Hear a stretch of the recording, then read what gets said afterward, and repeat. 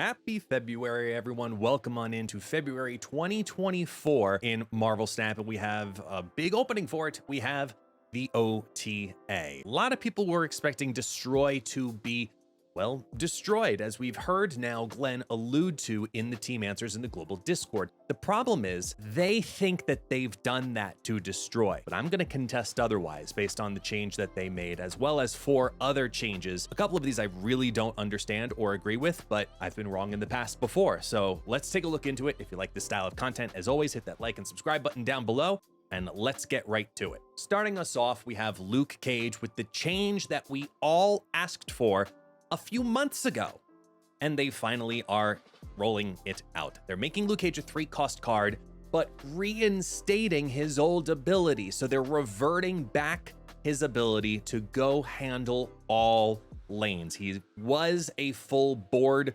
coverage style card, and at 2 cost, that was a little bit broken.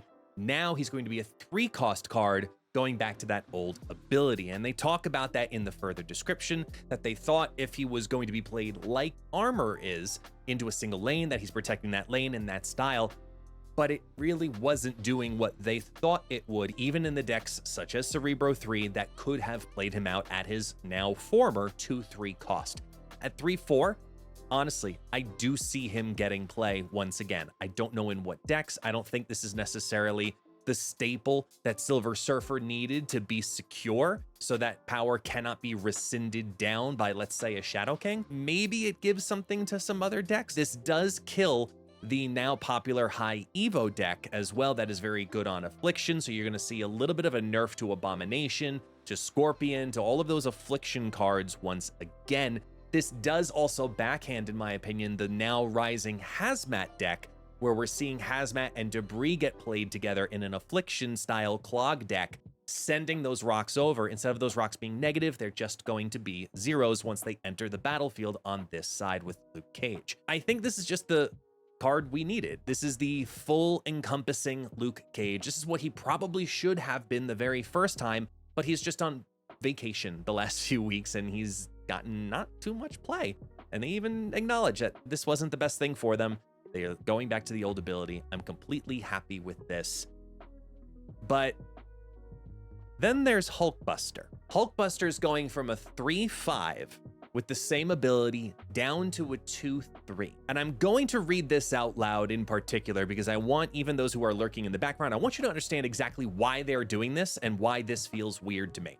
Because the strongest Destroy deck by far was all about Deadpool. We also wanted to look at weakening some of the best ways to make huge Deadpools. Hulkbuster was one such card, but it's also a fun card for other strategies like move and the occasional Kooky Brew.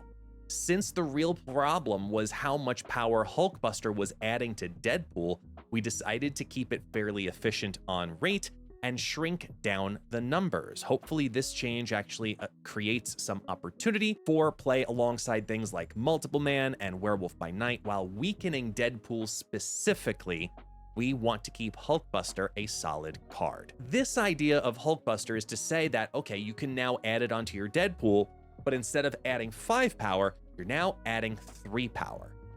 But you can do it a turn earlier, which I think is the key thing that, in my opinion, the devs messed up. This is not a nerf to Deadpool. This is a nerf to many other decks. This is a nerf to the Phoenix Force decks, for example. This is a nerf to the Multiple Man decks. In my opinion, this for Deadpool is actually a buff, and I have the numbers to prove it. So take a look at this. Right now, if you go to untapped.gg, if you don't know what that is and you like to get it for yourself and your account as you play, go ahead and take a look at the link down below. But Destroy with Deadpool has always done fairly well. I've got it on 70 to infinite and minimum 500 games. I think that's a pretty fair statement for the last 30 days. With Deadpool, you're seeing games of 0.5, 0.7, 0.5, 0.5, and it's pretty consistent with Deadpool. 0.5, 0.4, 0.4, 0.4, etc., etc. You see 0.4s, 0.5s, and a couple of random outliers on the upper end.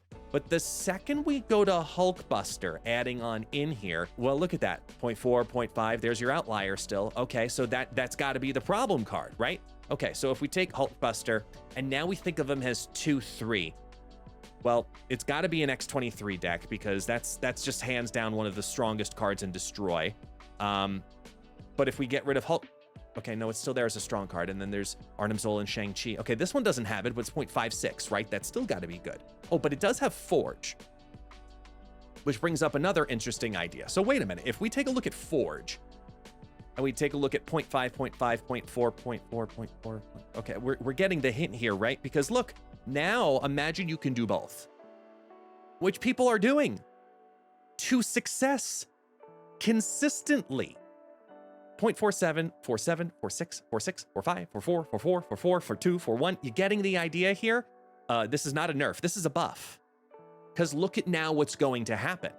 They think that this is going to hurt Deadpool. I can prove you wrong. The old play line could include Forge, right? Where you'd play Forge into Deadpool into Hulkbuster, so you'd have a 1/8 on the field. That then becomes destroy it and play it, destroy it and play it, destroy it and play it, right? You're going through that pattern. Once you have the buffs applied, it gets up to a 132. And you killed it twice and also gave your null 24 power. So sure, you could get the X23 into the kill at the same time. We're imagining that's happening. I'm talking about specifically Deadpool in the old versions to get him to his big power with both Forge and Hulkbuster, both giving him the buff. He could get up to a 132, 2 reductions for death because he gets destroyed, Deadpool, twice, and that gives null 24 power. The new version is play Deadpool on 1, then give him Hulkbuster, and destroy him on 3. Then play and destroy, and it's still 32 power. The difference is you just got 3 knocks off for your death and 28 power for your null. Just by playing Hulkbuster, you didn't even need Forge. Not only did we remove the necessity for Forge, which was weakening the numbers we looked at earlier, we now have Hulkbuster, which we can play on curve into Deadpool, and then play 3 destroy cards sequentially, successfully. So I'm looking at this and thinking this could only get worse, because if the new version doesn't need Forge, what happens if you then add Forge? You have more cards to destroy, more amp to that Deadpool, and more amp to your null. Destroy just got a huge buff by this, and I think that they missed, in my opinion, on this Hulkbuster change. You've weakened every other deck and buffed the destroy deck, not the other way around based on what was said by the developers, where they think it's going to do the exact opposite. We're gonna have to wait and see. If you think this is what's gonna happen too, go ahead and let me know down in the comments. I'd love to hear what you guys think about this because I think this is a buff, not a nerf. But let's continue on. Heimdall's getting a little bit of love as well. Look, they buffed the Shang-Chi thing to being 10 power cards, and he was at 6/8 to not get hit by Shang-Chi previously, so let's make him a 6/9. I don't think there's really much else we need to talk about here, right? All right, moving on. Finally, Spider-Man 2099 got a something. I don't know. They made him a 5/9. And they open with the most accurate statement yet. Spider-Man 2099 has been a below average card for quite a while. He's been a contender to be one of the worst. And that should speak volumes for cost and movement. It's not that he's a 4/6 and it's not enough power. And sure, you could just give it more power, but now if you're playing him as a 5 cost card, you lost even if you were playing some weird ass Zabu deck, you've lost that ability. You're now compensating him to be a 9 card, so not Shang-Chi-able, okay.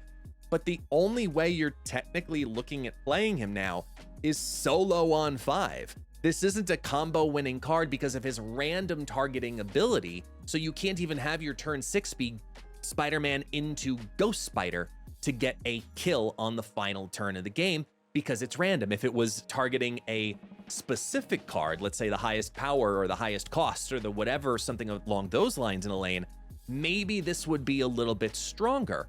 But as a 5/9, you're looking to do all your movements essentially 1 through 4, placements and movements 1 through 4, drop a big ass Spider-Man 2099 on 5, and then maybe Heimdall it? Because I don't see this having a Ghost Spider mechanic, or maybe because he's a 5/9, you haven't gotten your ramping appropriately. Maybe he's a backup plan with Doctor Strange.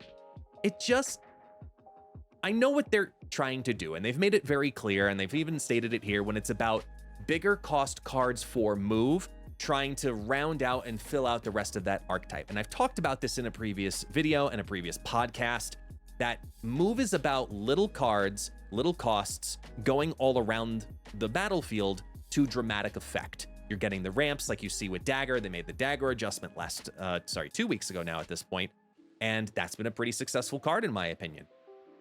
It's that kind of stuff that makes move. I don't know if making it more expensive was the solution, or if it's going to open our eyes to a completely different style of move. Because we do see decks like Gamuva, which Molt has made incredibly popular for all the right reasons, which puts down a giant 5-cost card, but if targeted well, is a 5/12. This is a 5/9 that has an option to get a move on it. And I think Spider-Man 2099 just becomes a Heimdall forecaster card more than he is actually just a destroy card. I'm not sure about this one.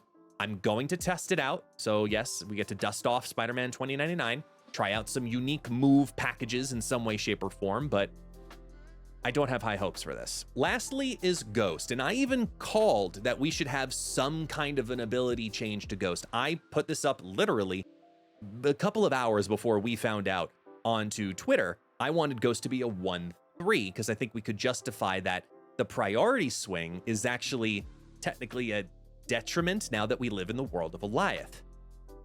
So what do? They turn it into a 3/5 and they don't touch the ability. So yes, you're fixing, as they put into quotes, your priority because you're going last. So I guess the reward for doing so is it's going to be a more powerful card by being a 3/5. You know, we've seen this now with Lady Sif. We're starting to see this with Wave. They're trying to say 3/5 has a double-edged sword, no pun intended to Lady Sif, that it's going to be that interval where there could be something bad to this. Yes, Ghost is being something bad because there's Goliath now existing in the game, but on the other end of it, you're getting a 5-power card. So does this, between this and Luke Cage, end up being some weird combination of a brand new Surfer deck? So you guarantee to reveal second, and you can't have your power reduced if you don't. So I don't think this is going to make people go, we need to test Ghost now 911 because this is amazing and awesome. I think another card that maybe would be getting a nerf or a full reprogramming could be a good way to do those tests. But the last line in this is the last part of the OTA that I guess brings some promise to us, where it says specifically, and likely the future, when it talks about 1-cost ongoing cards. Because as of right now, according to the unofficial official data mines, there are no 1-cost ongoing cards that have been data mined yet. So maybe we get something, and let's be honest, J. Jonah Jameson is, no, that's not happening. So maybe there's something to be unique here. Maybe Howard gets a little bit more love in these Spectrum Zoo decks that have gotten really popular. I don't know. I don't feel too good about this one, but I feel like it's something worth noting. I'm going to end with this here on the final screen because I still don't understand how this is a nerf to destroy, because numbers never lie. So if you appreciate this kind of news, thank you so much for watching, listening, commenting, subscribing, liking, and D3E, all of the above. Once again, for those who do not know, my name is Guest, also known as ItsGuestGaming, and I look forward to seeing you on the Beyond Infinite podcast later this week.